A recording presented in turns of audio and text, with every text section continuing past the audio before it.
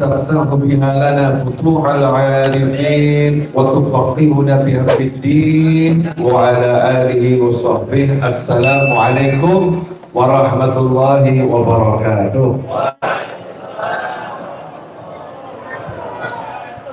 Alhamdulillah, di malam yang insya Allah tanda-tanda barokah tampak, mudah-mudahan kita termasuk orang yang dapat barokah. Amin. Sholawat serta salam yang menjadi jalan selamat dunia akhirat, mudah-mudahan kita termasuk manusia yang bisa banyak bersholawat kepada Kanjeng Nabi Muhammad sallallahu alaihi wasallam. Sahabatku semua, khususnya kawan-kawan yang ada di hadapan saya dan pemirsa dimanapun antum berada, bulan ini adalah bulan yang kita semua diperintahkan oleh Allah Ta'ala untuk memuliakannya, untuk mengagungkannya. Jadi ada waktu biasa, ada waktu luar biasa. Walaupun waktu yang biasa itu nggak biasa, karena setiap waktu tetap mulia. Tapi Allah memilih waktu-waktu tertentu menjadi lebih mulia dibandingkan waktu yang lain. Contoh, hari Jumat. Hari Jumat ini adalah Sayyidul Ayyam, memimpinnya seluruh hari. Makanya malam Jumatnya pun menjadi istimewa. Beda malam Jumat dengan malam Ahad. Beda malam Jumat dengan malam Ahad. Malam Jumat itu kata Nabi Muhammad SAW adalah malam yang bergegap gempita dengan cahaya, gemerlap cahaya. Itu malam Jumat. Tapi kalau dulu kita suka nonton tontonan tertentu, ya, malam Jumat itu malam demit. Betul. Malam Jumat itu malam setan. Malam Jumat itu malam hantu, horor. Ya. Nah, itu yang buat nggak paham, ya, nggak paham agamanya Allah Subhanahu wa Ta'ala, nggak paham Islam.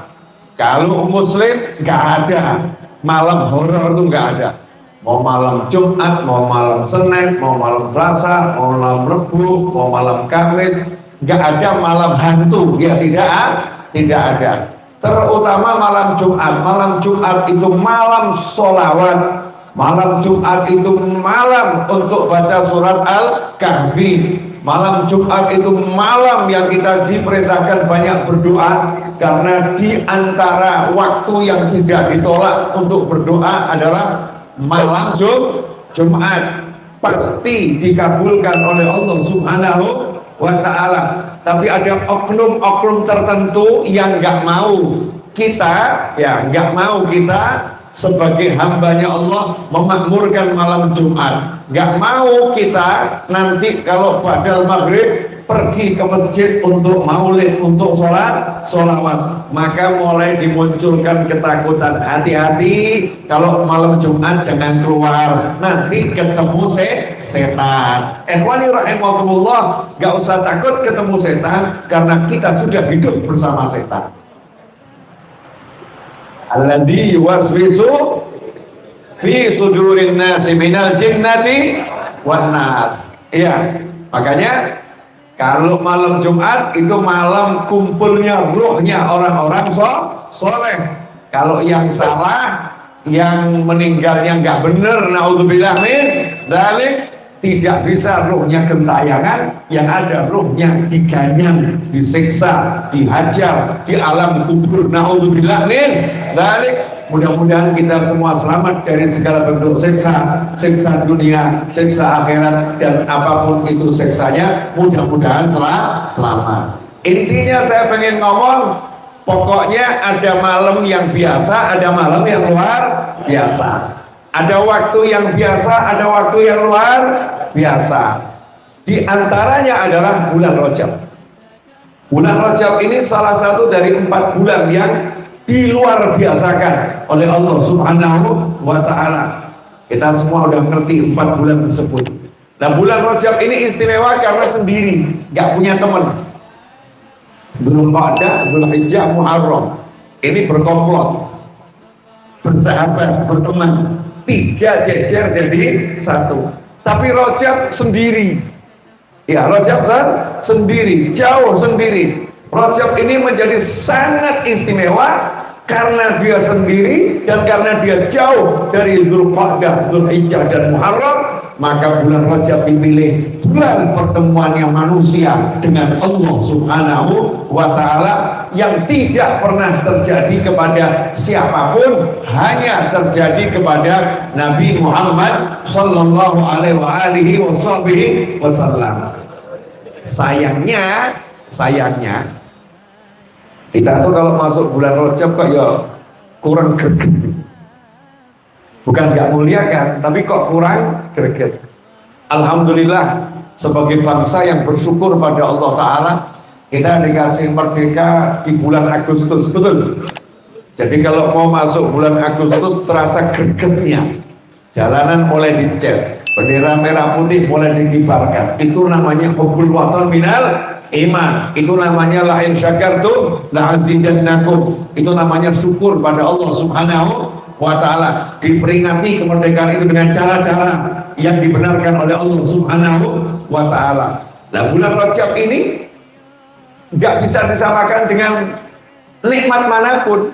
Kenapa? Karena di bulan Rajab inilah antum semua dan saya, kita semua disebutkan oleh Nabi Muhammad sallallahu alaihi wasallam ketika Rasul berdua dengan Allah Subhanahu wa Ta'ala, ketika tidak ada siapa-siapa di sana, hanya Allah dan Nabi Muhammad sallallahu alaihi wasallam, ketika Rasulullah sallallahu alaihi wasallam mengatakan kepada Allah Ta'ala, at-tahiyatul mubarakatus salawatut thayyibatu lillah. Rasul mengatakan itu di mana? Di Sidratul Muntaha. Sidratul Muntaha itu apa? Ujungnya jagat raya. Allah enggak bertempat di suatu tempat dan tidak ada tempat yang bisa ditempati oleh Allah Ta'ala, karena semua tempat adalah makhluk dan Allah Maha Suci. Ya, Allah Maha Suci dari menyerupai makhluk. Maka Rasul ditempatkan di Sidratul Muntaha, bukan Allahnya ada di sana, tapi Rasul diletakkan di tempat yang paling mulia, tempat yang paling tinggi, sebagai tempat untuk Rasul bertemu dengan Allah, bukan tempat untuk Allah bertemu dengan Nabi Muhammad SAW. Bisa pahamnya di sini? Belum. Yang paham-paham, tapi banyak yang belum. Boleh saya jelaskan dikit? Kita kalau nyebut masjid sebagai apa? Rumah Allah. Jadi kalau kita berangkat ke masjid kan sering ngomong mau ketemu Allah. Ya, mau ketemu Allah. Ketemu Allah di mana? Di masjid. Nah, masjid itu tempat untuk kita ketemu Allah, bukan tempat untuk Allah ketemu dengan kita. Paham nggak sampai di sini? Jadi sampainya Rasul SAW ke Sidratul Muntaha, itu tempat yang Allah pilih untuk Nabi kita Muhammad SAW ketemu dengan Allah Subhanahu wa Ta'ala. Kenapa dipilih Sidratul Muntaha? Karena gak ada yang bisa nyampe di sana.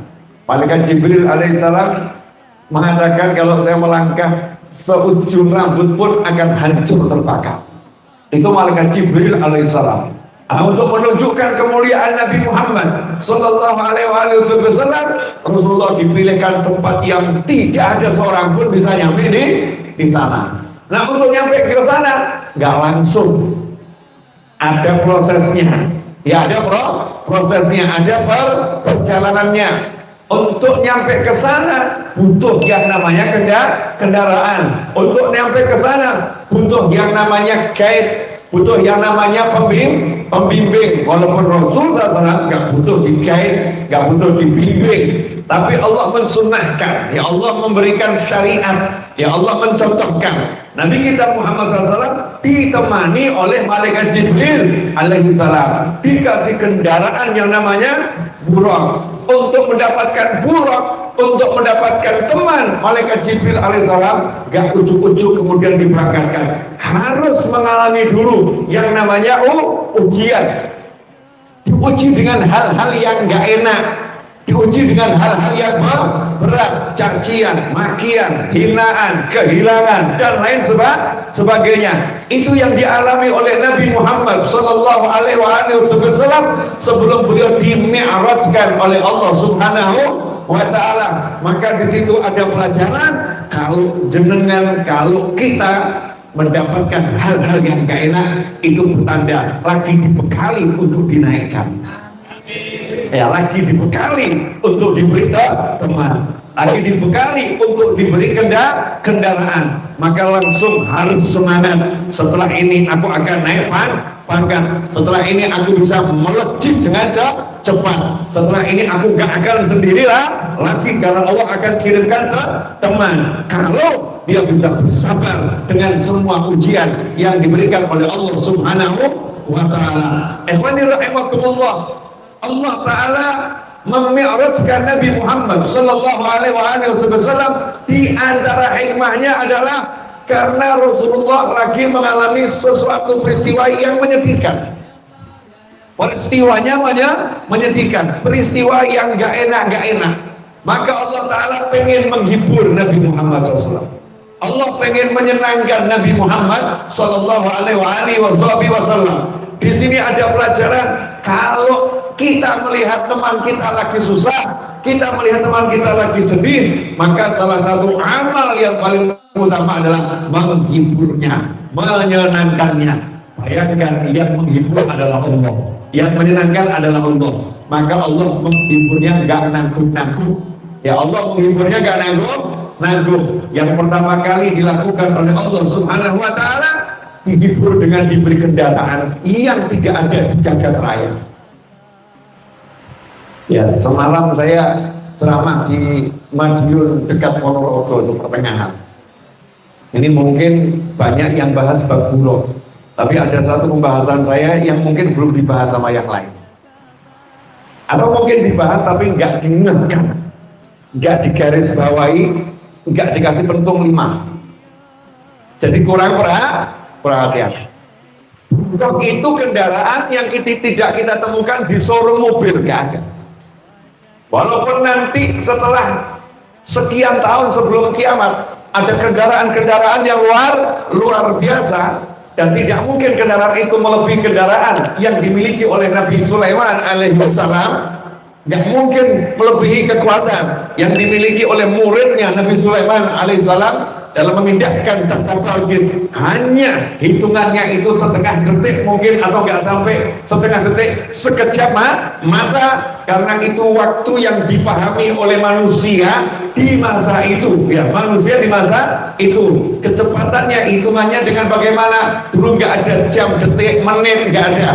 Dulu kalau di zaman Nabi Muhammad Sallallahu Alaihi Wasallam, untuk mengukur waktu sesuai dengan keadaan zaman itu. Contoh, ketika ada seorang sahabat radhiyallahu taala anhu mau meninggal dunia, wasiat kepada sahabat-sahabat yang lain radhiyallahu taala anhum ajmain, nanti kalau saya meninggal dunia, setelah saya dimakamkan, kalian semua jangan tinggalkan makam saya ya, tunggu saya dulu, temani saya dulu, karena saya baru pindah rumah, masih warga baru di alam kubur, masih asing, jangan langsung ditinggal sendiri, temani saya. Berapa lama waktu nemaninya?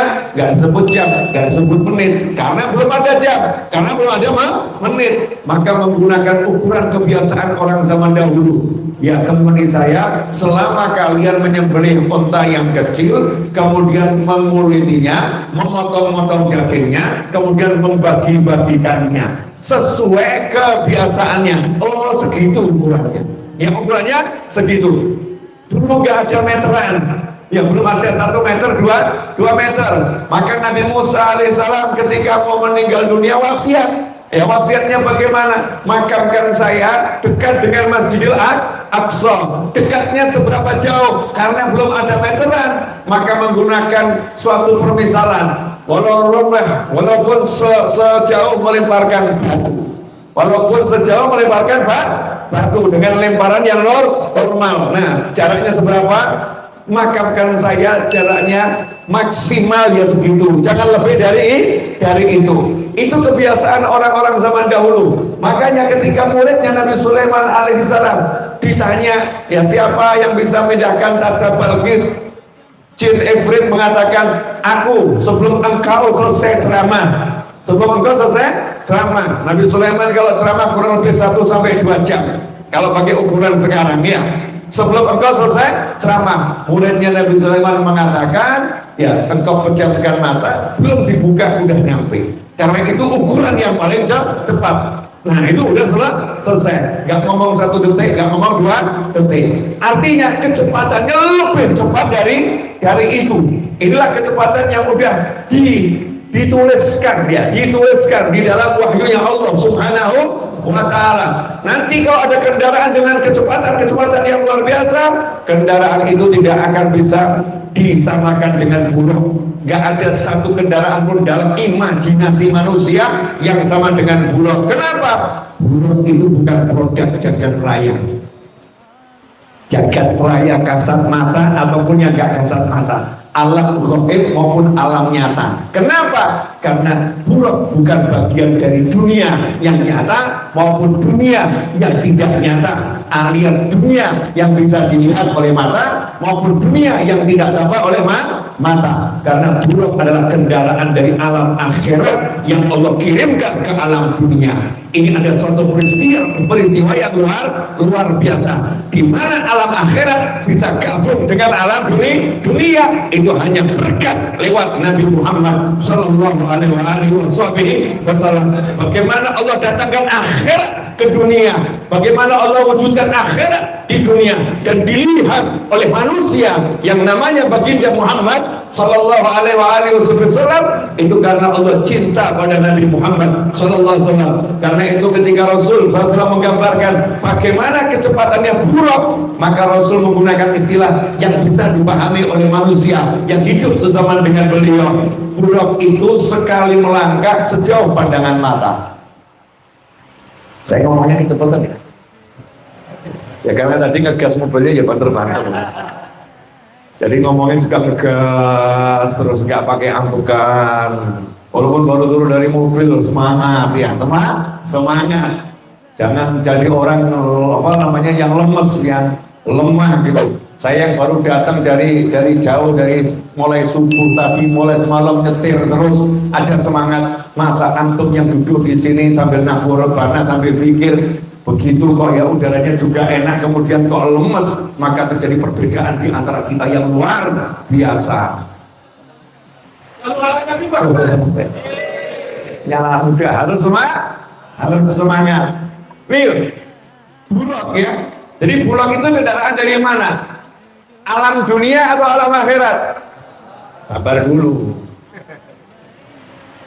Bulog itu kendaraan dari jannah, dari surga. Surga itu alam dunia atau alam akhirat? Alam akhirat. Untuk nyampe ke surga, kapan kita? Mati masuk surga? Nanti dulu. Meninggal dunia, kalau beruntung dapat nikmat. Surga enggak. Kenikmatan surga, tapi belum masuk surga. Surga masih digembok, masih disegel. Nanti yang boleh membuka hanya Nabi Muhammad SAW. Kalau udah dibuka oleh Rasulullah SAW, baru boleh semua masuk surga. Kapan itu bukanya? Nanti kalau udah kiamat, manusia dibangkitkan, dikumpulkan di mahsyar, kemudian terjadi persidangan, baru diantarkan ke surga, dipimpin oleh Nabi Muhammad SAW. Berarti perjalanannya panjang atau nggak panjang nih? Panjang. Tapi demi menyenangkan Nabi Muhammad SAW, nikmat surga itu disegerakan dimunculkan di dunia untuk Rasulullah SAW. Buruk itu nikmat surgawi. Buruk itu salah satu kenikmatan surga yang nanti dinikmati di surga. Tapi untuk Nabi Muhammad Sallallahu Alaihi Wasallam, yang Rasul itu lebih daripada surga. Yang surga itu rindu kepada Nabi Muhammad SAW. Laulahu, yang kalau bukan karena Nabi Muhammad SAW, Allah gak akan ciptakan surga. Semua keindahan surga gak bisa dibandingkan dengan indahnya Nabi Muhammad Sallallahu Alaihi Wasallam. Maka untuk menyenangkan kekasih Allah ini, maka bagian dari surga itu diwujudkan ke alam dunia. Kamu baru lihat mobil Porsche aja, masya Allah. Iya, Kita ini baru lihat mobil apa itu, Ferrari. Masya Allah, Kanjeng Nabi ditunjukkan Buraq. Tidak ada. Mala ainun ra'at, wala udhunun sami'at, wala khatar ala qalbi bashar. Surga itu karena Rasul Muhammad SAW udah melihat, ya udah mengecicipi, udah merasakan, maka bisa menggambarkan. Gambarkannya bagaimana? Mala ainun ra'at. Gimana ya saya mau jelaskan? Oh, mata nggak pernah lihat. Berarti yang menjelaskan udah lihat. Betul. Wala udhunun sami'at. Gimana saya mau menjelaskan? Lawang telinga belum pernah dapat cerita yang model begitu. Gak ada beritanya. Wala khatara ala qalbi bashar. Dan bagaimana saya bisa jelaskan? Lawang khayalan pun gak bisa menjangkau. Belum pernah dikhayalkan oleh manusia. Seindah apapun kamu menghayalkan nikmat surga, bukan itu. Bukan itu. Jauh lebih indah, jauh lebih nikmat, jauh lebih top. Untuk kita, untuk Nabi Muhammad SAW sudah dilihat semuanya. Makanya Rasulullah SAW udah bisa ngomong, wahai Bilal, ini sampai sudah pernah alih bil jannah. Bilal, waktu aku jalan-jalan di surga, aku mendengar suara langkah kakimu di belakangku. Dengar menurut saya. Rasulullah SAW bisa ngomong, aku melihat rumahnya Umar bin Khattab radhiyallahu ta'ala anhu. Udah lihat, bahkan udah ketemu dengan Allah Subhanahu wa ta'ala dengan cara yang hanya dipahami oleh Allah dan Nabi Muhammad sallallahu alaihi wasallam. Ini Buraq, kenikmatan surgawi yang Allah tunjukkan pada Nabi di muka bumi dan dikendarai oleh Rasulullah SAW. Untuk apa? Menghibur. Makanya kamu kalau mau menghibur orang soleh jangan nanggung-nanggung. Mau menghibur orang soleh belikan mobil kok harganya murah. Mau menghibur orang soleh itu cari showroom mobil yang paling mahal, kemudian datangkan yang orang nggak punya. Yai, niki hadiah. Masya Allah, ini menghibur. Ini menghibur. Kalau mobil sejuta umat siapa pun bisa belikan. Itu biasa-biasa saja. Ini contoh ya, gimana cara menghibur. Kalau menghibur jangan nanggung, tunjukkan semua kemampuanmu seperti yang dilakukan oleh Nabi Sulaiman alaihi salam. Ini sudut pandang yang berbeda dari Isra Mi'raj ya. Nah, kalau kita bahas yang biasa-biasanya kan udah biasa. Ini sudut pandang yang berbeda. Nabi Sulaiman alaihi salam untuk menghibur Ratu Balqis biar nanti senang terus masuk Islam. Jadi salah satu cara dakwah itu adalah gimana objek dakwah itu senang, akhirnya mau dan mendapat hidayah. Maka untuk menghibur Ratu Balqis, Nabi Sulaiman membuat sesuatu yang nggak dibuat orang lain. Membuat sesuatu hanya untuk nyambut Ratu Balqis. Satu orang dibuatkan itu pendopo, padahal sudah punya kerajaan. Nabi Sulaiman itu sudah punya istana loh. Udah punya istananya hebat, istananya luar biasa. Tapi untuk nyambut Ratu Balqis yang akan datang, Nabi Sulaiman buatkan pendopo khusus, pendopo untuk nyambut. Hebatnya di mana? Di zaman itu, zaman Nabi Sulaiman alaihissalam. Nabi Sulaiman udah bisa buat suatu pendopo yang lantainya itu dari marmer, yang marmernya itu bukan marmer warna putih, tapi marmernya marmer bening, qawarir, seperti gelas-gelas. Ya, seperti gelas, beningnya luar biasa, di bawahnya ada air dan ada ikan-ikan di dalamnya.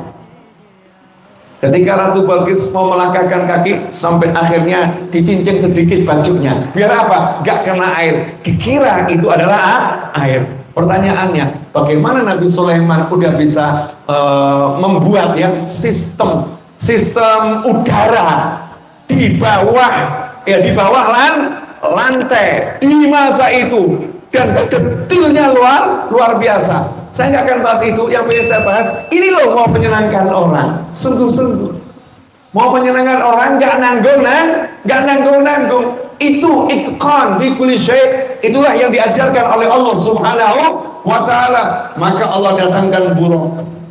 Ya Allah datangkan Buraq, kendaraan yang la mathilalah, nggak ada yang bisa menyamainya.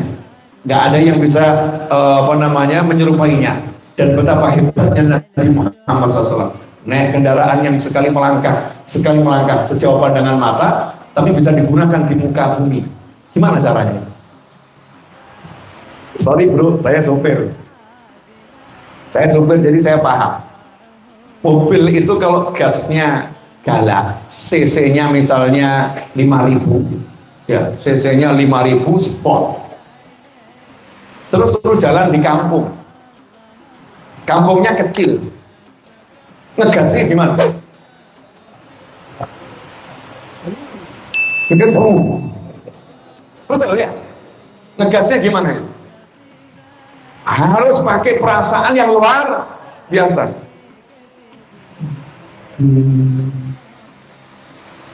Lu mobil sport jalan di kampung cc 5.000 sport, iya. Ngegasnya pelan-pelan, berarti supirnya luar biasa. Itu cc-nya 5.000. Lah bulog ini cc-nya berapa? Sekali melangkah sejauh pandangan mata, suruh parkir di Madinah dulu. Padahal Mekah ke Madinah, ya dari Mekah ke Madinah kalau naik kereta api cepat 2,5 jam. Kereta api cepat tuh ya, kalau nanti dengan haji dan umrah insya Allah nyampe ke sana. Terus nanti beli tiket naik kereta api cepat itu, yang kecepatannya 300 km per jam, 2,5 jam dari Mekah ke Madinah, 2,5 jam. Itu kecepatannya 300 km per jam. Nah, ini buruk sekali melangkah sejauh pandangan mata. Lah waktu Rasul naik, kemudian cara mengendalikannya gimana? Seberapa langkah ini? Setelah itu melanjutkan perjalanan harus sampai Bukit Tursina. Gimana cara mengendalikan buruk? Ini mungkin kan gak dibahas. Kita cuma Rasulullah naik buruk dari Mekah ke Madinah, mampir ke Bethlehem, mampir ke Bukit Tursina dan lain sebagainya. Tapi gak dibahas bagaimana cara mengendalikannya. Ini menunjukkan betapa gagahnya Nabi Muhammad SAW, betapa hebatnya Nabi Muhammad SAW, betapa luar biasanya Nabi Muhammad SAW mampu mengendalikan kendaraan yang beliau belum pernah menungganginya, beliau belum pernah nyupirinya, beliau belum pernah berinteraksi dengannya. Bukan kuda, bukan onta, bukan sapi, bukan. Tapi ini sesuatu yang gak ada di jagat raya. Nyari gak ada. Bukan macan, bukan singa, tapi burung yang sekali melangkah sejauh pandangan mata. Hebat Nabi Muhammad SAW. Sallu ala Nabi. Nah, itu caranya Allah menghibur. Caranya Allah menghibur. Kendaraannya yang luar biasa. Setelah itu diajak wisata religi. Diajak ke Bukit Tursina. Ayo ke Tursina dulu, Bukit Tursina. Ditunjukkan suatu tempat di mana Allah turunkan wahyu pada Nabi Musa alaihissalam. Nah, Nabi Musa ini mau dapat wahyu, ada ceritanya nggak? Ada. Bagaimana ceritanya? Awalnya Nabi Musa diambil anak sama Fir'aun, tinggal di istana Fir'aun, disenangkan oleh Fir'aun, dikasih fasilitas oleh Fir'aun, dipilihkan guru-guru matematika, fisika, kimia, biologi, teknik, ya politik, militer yang hebat dari kerajaan Fir'aun. Semua ilmu dunia diajarkan kepada Nabi Musa oleh Fir'aun di sekolahnya Fir'aun, karena tinggal di istana Fir'aun. Tapi ujung-ujung Nabi Musa melakukan sesuatu yang membuat Fir'aun marah. Kemudian Nabi Musa pun harus pergi meninggalkan kerajaan. Statusnya berubah dari orang terdekat di istana menjadi orang yang paling dicari untuk dihukum, dicari dan dihukum oleh satu negara. Maka Nabi Musa alaihissalam melarikan diri dari kerajaan Fir'aun, kemudian ketemu dengan calon mertuanya, seorang nabi, dan akhirnya menikah dengan putrinya dan hidup di sana 8 atau 10 tahun. Artinya setelah diusir, setelah dikejar, setelah disingkirkan, setelah yang gak enak, akhirnya dapat mertua alias dapat istri. Awal nikmat. Setelah gak enak, terus nikah. Enak atau gak enak? Nanti dulu nikahnya dengan siapa? Kalau nikahnya dengan sembarangan pria atau sembarangan wanita bisa jadi bencana berikutnya. Tapi menikahnya dengan wanita yang salihah, putri seorang nabi, Nabi Syuaib alaihissalam, meskipun khilaf ulama Syuaibnya yang mana ini, iya. Tapi seorang nabi, Syuaib alaihissalam, menikah dengan putrinya yang putrinya saja jalan itu tidak mau, ya, tidak mau jalannya di belakangnya di depannya Nabi Musa, mintanya di belakang. Nabi Musa yang nggak tahu jalan disuruh jalan di depan, sementara yang tahu jalannya di belakang. Dan ketika jalan tanya alamat nggak mau ngomong, kanan kiri nggak mau ngomong, ngasih isyaratnya apa? Dengan lempar batu. Kalau belok kanan lempar batu ke kanan, belok kiri lempar batu ke kiri. Saking ini wanita yang salihahnya luar biasa. Maka kalau cari istri yang model begini, yang malu kepada Allah Subhanahu wa ta'ala, akhirnya setelah menikah dengan wanita yang solihah, hidupnya bahagia, punya semangat yang luar biasa, berani kembali ngajak istrinya, yuk kita balik ke Mesir. Bayangkan, buronan yang belum diampuni, buronan yang belum dapat surat pembebasan, buronan yang statusnya masih dikejar dan dicari, datang pulang membawa istri, berani, gak takut. Kenapa? Hatinya sudah mantap karena punya pendamping jiwa, yang jiwanya itu sudah diserahkan pada Allah Subhanahu wa ta'ala, sehingga semangatnya menggebu-gebu, tidak takut untuk mengalami hal-hal yang gak enak karena udah bersama yang enak, wanita yang solihah, wanita yang kita sekunu ilaiha, yang kamu bisa menemukan ketenangan ketika hidup bersamanya. Semoga antum semua dan kita semua mendapatkan pasangan hidup yang semacam itu, amin. Dan semoga pasangan hidup kita dan diri kita juga dijadikan pasangan hidup yang semacam itu, amin, Allahumma amin. Setelah gak enak, akhirnya naik ke gunung, diangkat jadi rasul, dikasih wahyu. Betul ya? Nah, Allah mau ngasih tahu dulu, gak enak dulu, baru dikasih wahyu. Nah, makanya ikhwani rahimakumullah, setelah wisata religi ke Bukit Tursina, ke Bethlehem, dimasukkan ke Masjidil Aqsa. Untuk apa? Meeting, pertemuan. Dengan siapa? Seluruh nabi dan rasul yang ada di jagat raya. Semuanya. Nabi dan Rasul yang ada di jagat raya sama Allah diperintahkan kumpul di Masjidil Aqsa. Kenapa? Karena Allah pernah mengikat perjanjian kepada setiap Nabi dan Rasul di setiap waktu dan setiap tempat. Kalau Rasulku Muhammad Sallallahu Alaihi Wasallam muncul di zaman kalian dan di tempat kalian, kalian harus turun pangkat menjadi pengikutnya. Makanya Nabi Isa alaihissalam yang sampai saat ini masih hidup di tempat yang Allah tentukan dan Allah simpankan untuk beliau, Nabi Isa alaihissalam nanti ketika dikembalikan oleh Allah Ta'ala, maka turun pangkat menjadi umatnya Nabi Muhammad SAW. Tapi turun pangkatnya itu naik pangkat. Kenapa? Karena jadi umat Nabi Muhammad SAW itu didambakan oleh semua Nabi dan Rasul. Bahkan Nabi Musa mengatakan, Allahumma ij'alni min ummati Ahmad. Ya Allah, tolong jadikan aku umatnya Ahmad, umatnya Muhammad Sallallahu Alaihi Wasallam. Nabi Musa kalimullah pilih turun pangkat jadi umatnya Nabi Muhammad SAW. Karena pangkatnya umat Nabi Muhammad ini keambiya Bani Israel, seperti Nabi Bani Israel, dan punya keistimewaan yang luar biasa. Nabi Isa akhirnya menjadi pengikutnya Nabi Muhammad Sallallahu Alaihi Wasallam. Maka Allah pertemukan semuanya untuk apa? Agar semuanya menjadi pengikut Nabi Muhammad SAW, agar semuanya di bawah komando Nabi Muhammad SAW, agar semuanya nurut dengan Nabi Muhammad SAW. Maka Allah perintahkan Rasul jadi imam. Kalau Rasul rukuk, semua ikut rukuk. Rasul iktidal, semua ikut iktidal. Rasul sujud, semua ikut sujud. Allah ingin ngasih tahu semua Nabi dan Rasul semuanya bersamamu dan di bawah komando. Sallallahu alaihi wasallam.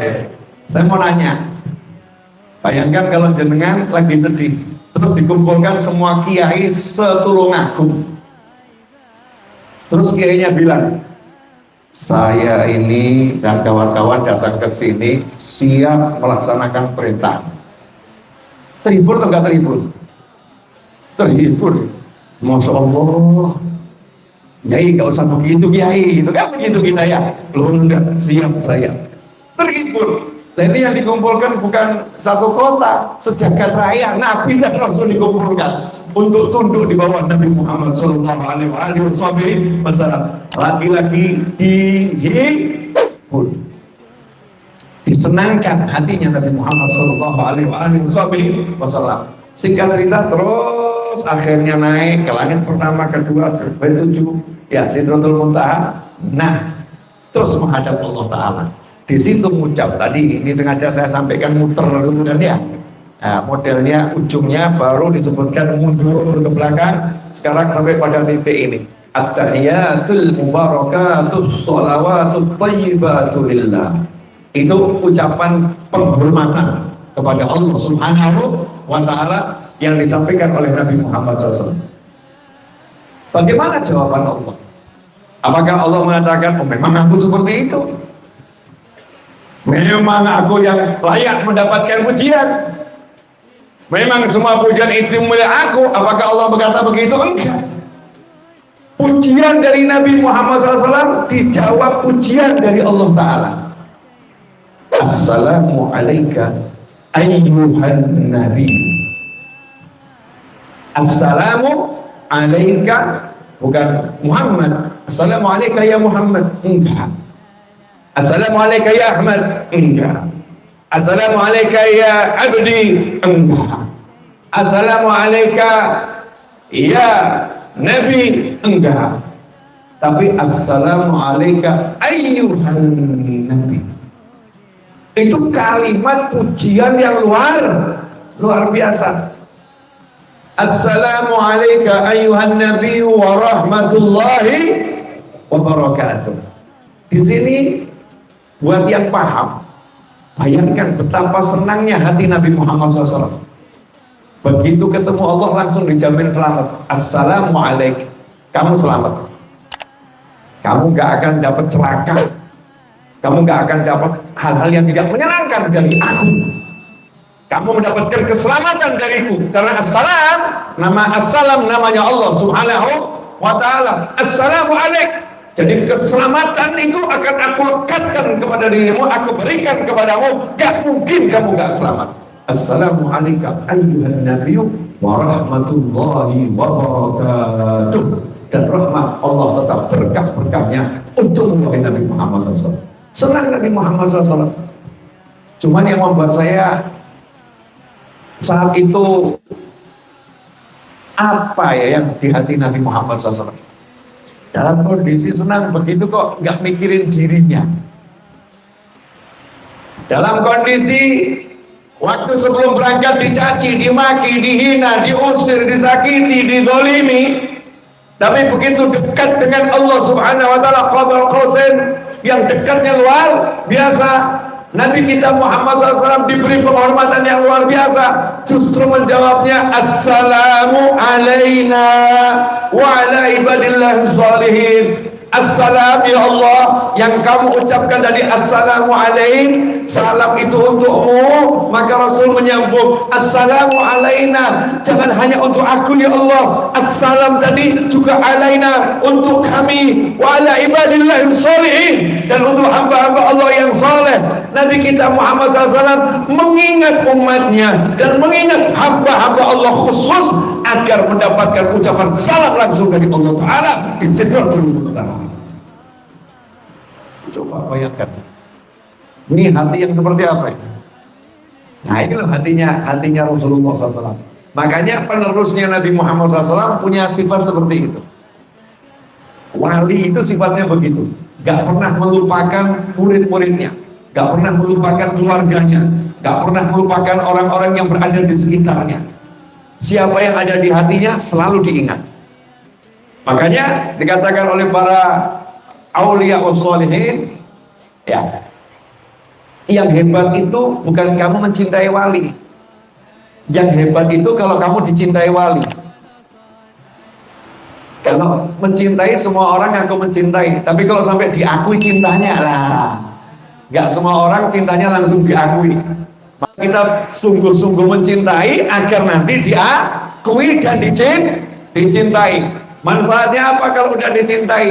Kalau udah dicintai tadi ada dalam hati, sehingga ketika wali ini dapat ilmu yang di hatinya juga dibagi, untuknya juga ya Allah, untuknya juga ya Allah, untuknya juga ya Allah. Maka berapa banyak aulia itu yang bersahabat dengan wali yang lain, satu wali dapat ilmu, sementara wali yang lain ada di barat, satu di barat, satu di timur, maka yang di timur ini dapat ilmu, yang di barat dapat transferannya juga, dapat dulutannya juga, dapat share-sharean aplikasinya juga, kalau bahasa Androidnya semacam itu ya, dapat share-shareannya juga, dapat sama. Kenapa? Karena ada di dalam wadah yang sama, di dalam hati yang sama. Nah inilah yang harus kita olah, bagaimana kita bisa berada di hatinya wali, bagaimana kita berada di hatinya orang soleh. Dan itulah yang dilakukan oleh para ulama ahlus sunnah wal jamaah di negara kita khususnya, dan di negara yang lain, dan terutama di Hadramaut dan sekitarnya, diajarkan orang untuk mendapatkan cintanya ulama. Maka kita lihat dulu ya, orang-orang timur dulu bagaimana,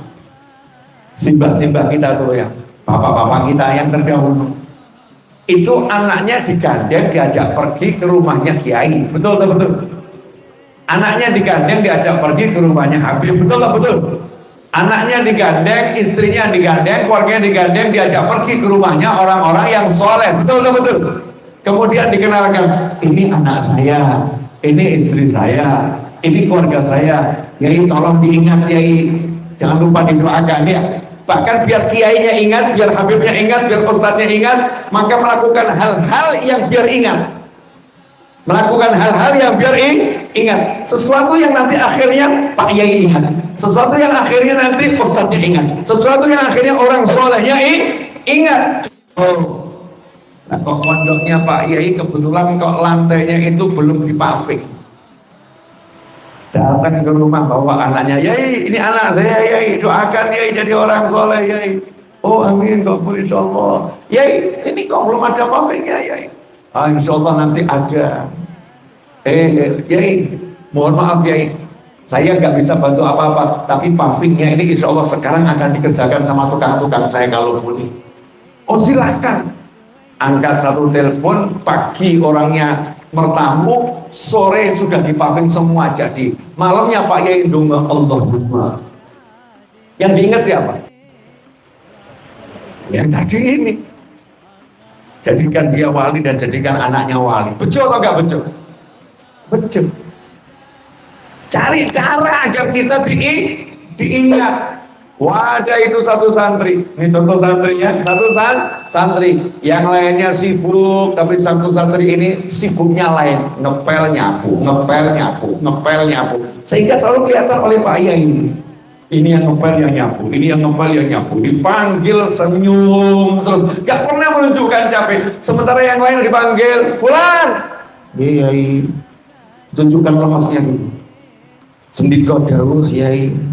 Sedikit dawuh Habib tapi lemes. Yang satu Fulan, Yai sedikit dawuh siap, wonten tugas nopo, senyum. Yainya lihat, oh ini orang luar biasa, ini orang nggak pernah ngeluh, nggak pernah ngomong apa-apa, kerja senyum.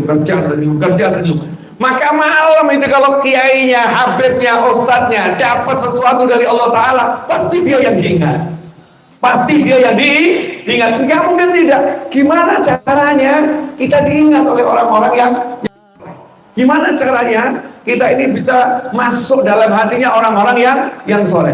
Karena orang soleh itu punya satu sifat, kalau dapat nikmat nggak lupa sama orang-orang yang baik sama dia.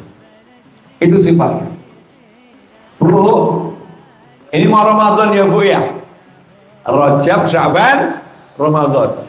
Biasanya orang tua dulu kalau Ramadan, kalau masak sesuatu buat berbuka, ingat nggak sama orang-orang yang dia sayang? Misalnya masak sayur asem, nah kok delalah itu budenya, doyannya sayur asem. Karena dekat sama budenya, bibinya, maka begitu masak sayur asem langsung ingat, ini kesukaannya budemu nak, kesukaannya budemu. Maka langsung masaknya banyak, anaknya suruh nganterkan tempat budenya. Pertanyaan saya, budenya modal nggak? Nggak modal. Anteng di rumah nggak masak, tiba-tiba dapat kiriman sayur asem, modalnya cuma satu, masuk ke dalam hati dalam hati ponakannya ya, dalam hati ponakannya. Dan begitulah orang-orang soleh. Kalau kita masuk dalam hatinya orang soleh dapat sesuatu, kita akan dapat kirimannya. Yang kita akan dapat kirimannya. Nah, ini termasuk di antara hikmah ketika assalamu alayka ayyuhan nabiyyu wa rahmatullahi wa barakatuh. Rasul menjawab assalamu alaina. Gak dipek dewe. Iya ya Allah, terima kasih udah beri aku ucapan selamat. Memang dia di bumi jahat ya Allah, itu nyakitin aku ya Allah. Mereka gak usah selamat aja ya Allah, mereka biar celaka semuanya. Enggak, tapi Rasul memberikan kesempatan pada semuanya. Assalamu alaina wa ala ibadillahi shalihin. Hamba Allah yang soleh, yang meniru para anbiya wal mursalin, maka dia juga akan mendapatkan salamnya Allah subhanahu wa ta'ala. Dapat salamnya Allah, salam ketika di Sidratul Muntaha, salam ketika Mi'raj, salam yang sama. Assalamu alayka. Rasul lanjutkan, assalamu alayna wa ala ibadillahi sholihin. Mudah-mudahan yang saya sampaikan ini bisa dipahami dan dirasa.